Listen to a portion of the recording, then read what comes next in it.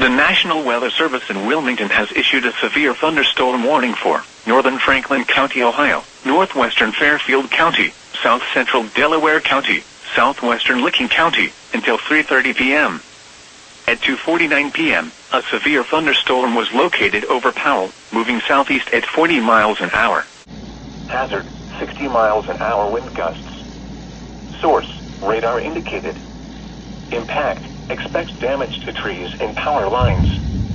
Locations impacted include Columbus, Dublin, Westerville, Reynoldsburg, Upper Arlington, Gahanna, Hilliard, Pickerington, Worthington, Bexley, Pawhuska, Powell, Canal Winchester, Minerva Park, Lee Ohio State University, Beechwood Trail, Polaris, Easton, Summit Station and Granville South.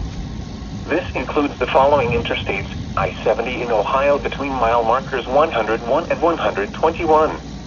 I-71 in Ohio between mile markers 108 and 125.